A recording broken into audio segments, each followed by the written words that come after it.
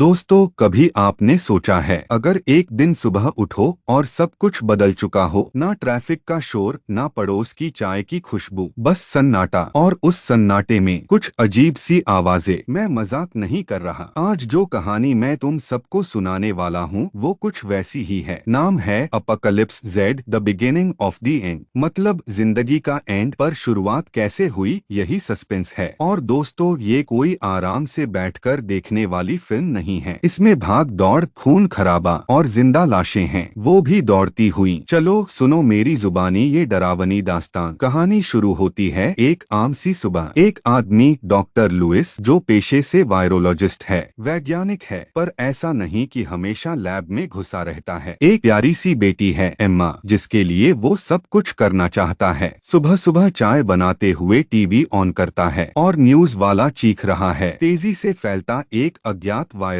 लोग पागल हो रहे हैं और एक दूसरे को नोच रहे हैं। लुइस पहले तो सोचता है कोई फेक न्यूज है, लेकिन तभी स्क्रीन पे लाइव रिपोर्टर को ज़ॉम्बी चबा रहा होता है, कैमरे के सामने। टांग से शुरू करता है दोस्तों। डॉक्टर लुइस समझ जाता है ये अब कोई नॉर्मल बीमारी नहीं है। वो एम्मा को उठाता है और लैब की ओर निकल पड़ता है। एम्मा, जल्दी चलो, हमें निकलना होगा, अभी के अभी। बाहर निकलते ही जो सीन है वो मैं शब्दों में बता नहीं सकता दोस्तों। सड़कें खाली, लेकिन दूर से गड़गड़ाती हुई चीखें आ रही हैं। लोग या तो मर चुके हैं या फिर जीते जी ज़ॉम्बी बन चुके हैं। और ये ज़ॉम्बीज आराम से चलते नहीं दोस्तों, ये दौड़ते हैं, बिल्कुल ट्रेन टू बुसान वाले टाइप, फास्ट, फुर्तीले और खतरनाक। रास्ते में लुइस और एम्मा को कुछ लोग मिलते हैं। एक पुलिस अफसर, दिल से ईमानदार, एक नर्स जिसने अपने पूरे अस्पताल को अकेले संभाला, और एक रिटायर्ड आर्मी वाला जो पीटीएसडी से जूझ रहा है लेकिन दिल से शेर है। सबका एक ही मकसद है, लुइस के लैब पहुंचना, क्योंकि वही है एक आखिरी उम्मीद, वायरस का इलाज। लेकिन दोस्तों, रास्ता आसान नहीं है। बीच में आता है एक स्कूल, ज़ॉम्बी स्कूल। हाँ, सही सुना, बच्चे जो अब मासूम नहीं रहे। एम्मा एक बच्चे को मारती है और वहीं टूट जाती है। पापा, ये भी मेरी उम्र का था, उसका गला भर आता है। मैं तुमसे कहूँ, उस सीन ने मेरी रूह हिला दी दोस्तों। अब आता है सबसे बड़ा झटका। लुइस बताता है ये वायरस उसी की लैब से निकला था। मतलब जो दुनिया को खत्म कर रहा है उसका जनक वही इंसान है। मैंने कुछ और बनाने की कोशिश की थी, लेकिन गलती से नर्क खोल दिया। उसकी आंखों में पछतावा साफ दिखता है। एम्मा भी उसे अलग नजरों से देखने लगती है। आखिरकार लैब पहुंचते हैं। लुइस एक इंजेक्शन बनाता है जो वायरस को रोक सकता है, लेकिन तभी एम्मा की नाक से खून बहता है। वो भी संक्रमित हो चुकी है। पापा, अगर मैं बदल जाऊं तो मुझे वैसा मत छोड़ना। लुइस का दिल टूटता है, लेकिन वो इंजेक्शन लगाता है। कुछ सेकंड्स के बाद एम्मा की धड़कन फिर से चलने लगती है। उम्मीद लौट आई थी, पर वक्त नहीं बचा था। लैब के बाहर हजारों ज़ॉम्बी खटखटा रहे थे। लुइस अपनी बेटी को देखता है और दरवाजा खोल देता है। एम्मा, तुम रहोगी, अब तुम हो मेरी नई शुरुआत। और फिर वो खुद ज़ॉम्बीज को अपनी ओर मोड़कर उन्हें लैब से दूर ले जाता है। एम्मा दूर से देख रही होती है कैसे उसका पापा, एक अकेला इंसान, हजारों ज़ॉम्बीज को चकमा देता है। लेकिन कुछ मिनटों में सब शांत हो जाता है। एम्मा बच जाती है। एक हफ्ता बीतता है। एम्मा अब अपने पापा के फॉर्मूले से एक टीम बना रही है जो बचे हुए इंसानों को ढूंढ रही है। लेकिन फिर कैमरा जाता है पहाड़ियों की तरफ। वहाँ एक अधजली बॉडी पड़ी है, लुइस की बॉडी। और फिर उसकी आंखें खुलती हैं। वो अब इंसान नहीं रहा, लुइस अब सुपर ज़ॉम्बी है। तो दोस्तों, कहानी खत्म नहीं हुई। शुरुआत वहीं से होती है जहां लुइस अपनी इंसानियत खो देता है और शायद एक नई ताकत पा लेता है। कभी कभी गलती करने वाला ही सबसे बड़ा हीरो बन जाता है। मुझे नहीं पता लुइस अब दुश्मन है या उम्मीद, लेकिन इतना तय है, एम्मा अकेली नहीं है। अगर ये कहानी तुमको भी हिला गई तो वीडियो को लाइक करो और ऐसे ही जबरदस्त मूवी एक्सप्लेनेशन के लिए सब्सक्राइब भी ठोक दो। और हाँ, अगली बार जब रात को कोई आवाज आए तो उठ के देख लेना कहीं लुइस तो नहीं आया। बाय बाय दोस्तों, अगली बार मिलते हैं एक और धड़कन बढ़ा देने वाली कहानी के साथ। तब तक जिंदगी को जरा ज़ॉम्बी प्रूफ बना लो।